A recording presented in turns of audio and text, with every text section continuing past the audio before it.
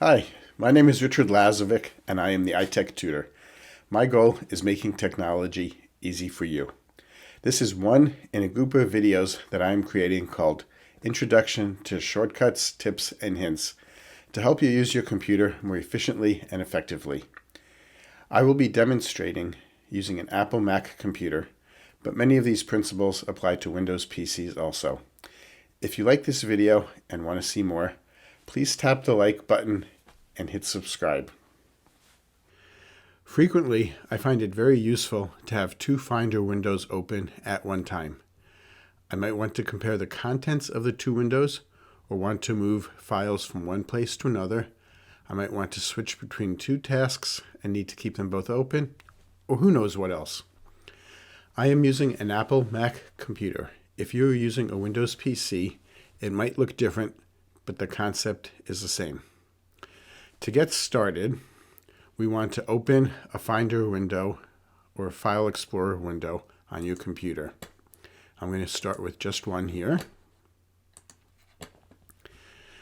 And now you can go to the menu bar up on the top. You can click on File and then go to New Finder Window. And you'll see that it opens up a second window. I can also, because I like super shortcuts, so I do everything with the keyboard. So on a Macintosh, I can hit the Command and the N button to open a new window. On a PC, it would be Control N. Now, I can resize these windows by moving my cursor to any of the edges or the corner until I get that double arrow. And then I can drag it to resize it to whatever I want.